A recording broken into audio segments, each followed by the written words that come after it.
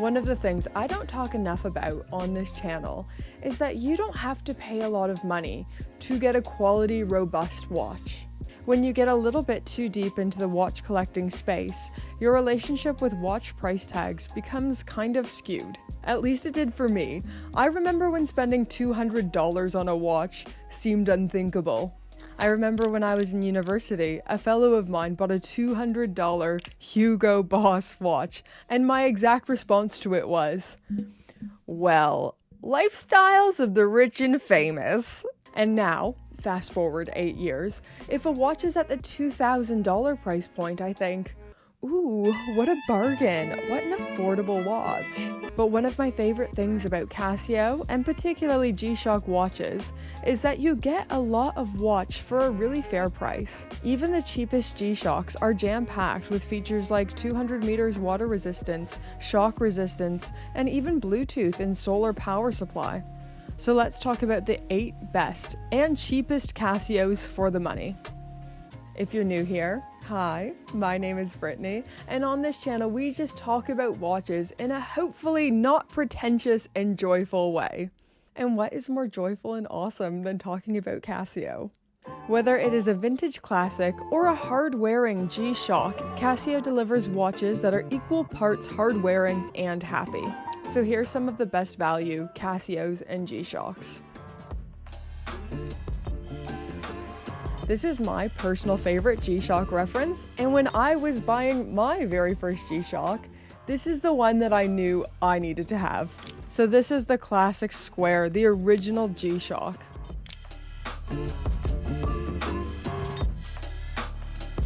When G Shock was created in 1983, their goal was to create the toughest watch of all time, the watch that never breaks. And the DW5600 is the continuation of the first G Shock ever created, the DW5000C.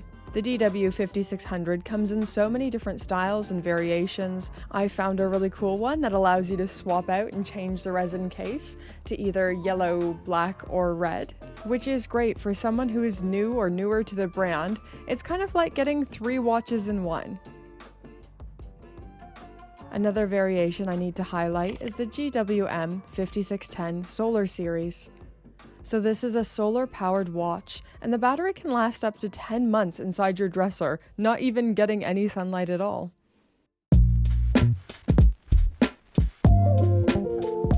You can't make a Casio list without talking about the F91W. When you say Casio, I think of the F91W. Oh my gosh, have these gone up in price? $20, £20, sorry, on the Casio website? I swear, these used to be like £11. Anyways, even at £19.90, you're still getting the best grand sonnery and perpetual calendar that money can buy. But on the downside, some pretty unsavory folk like to wear the F91W. On the F91W Wikipedia page, it says, and I quote, "Its ubiquitous use in the construction of timers for terrorist bombs prompted U.S. officials to view wearing one of these as a sign of Al-Qaeda." Ooh. But for £20, you're getting a reliable watch with so much functionality, date, timers, that just feels so nostalgic. Moving on to our next watch, and in my opinion, this is the best bang for buck Casio that money can buy, the $32.99 World Timer. Right now on the Argos website, it is on for $24.99. $24.99 actually. And the F91W's £20? This feels like a no-brainer. This is the cheapest Casio that provides you the most value, I think. Unique case design, resin case with a stainless steel strap. I've been seeing mixed information on the water resistance. Some websites say 30 meters, some say 100 meters. Argos says 31 to 199 meters. So, hard to say. My heart is saying this one's 10 bar or 100 meters. And for functionality, of course, this is a world time. It has stopwatch features, countdown timer, and all those awesome usual features that come with a Casio. Now, for our next watch, if you say Casio, a watch geek probably thinks of the F91W. But if you say Casio to one of my muggle friends, they would think of the A168 from the Casio Vintage Icons collection. When I go walking down the streets, this is the watch that I'm most likely to see in my city. I think in America, a lot of people wear more Apple Watches, and Apple Watches are definitely a thing here too, but at least the city where I live, I'd wager that you'd see more of these. And for that reason, I'd be so bold to say that this might just be one of the most important watches of right now. It has caused a massive resurgence of young adults wanting to wear a wristwatch. It's stylish, cool, and just a bit of nostalgic fun. Okay, so this next one wasn't a Casio that was on my radar until my friend and subscriber at LRJ35 mentioned this. If high accuracy timekeeping gives you a chub, you need to look at this one. Because of its radio connection, this watch is accurate to the second. So you're getting a stainless steel, radio-controlled, solar-powered watch. The Wave CEPTOR has all that delicious Casio functionality that we love. Multi-time zone, countdown, and stopwatch.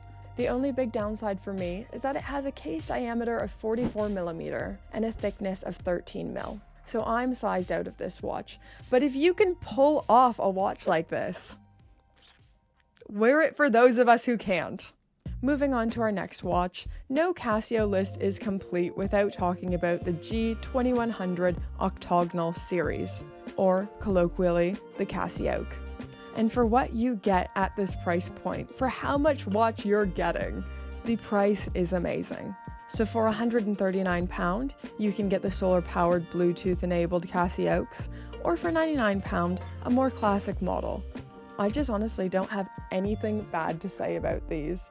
Really cool case design, looks fantastic on most wrists, and they're just a spot of fun.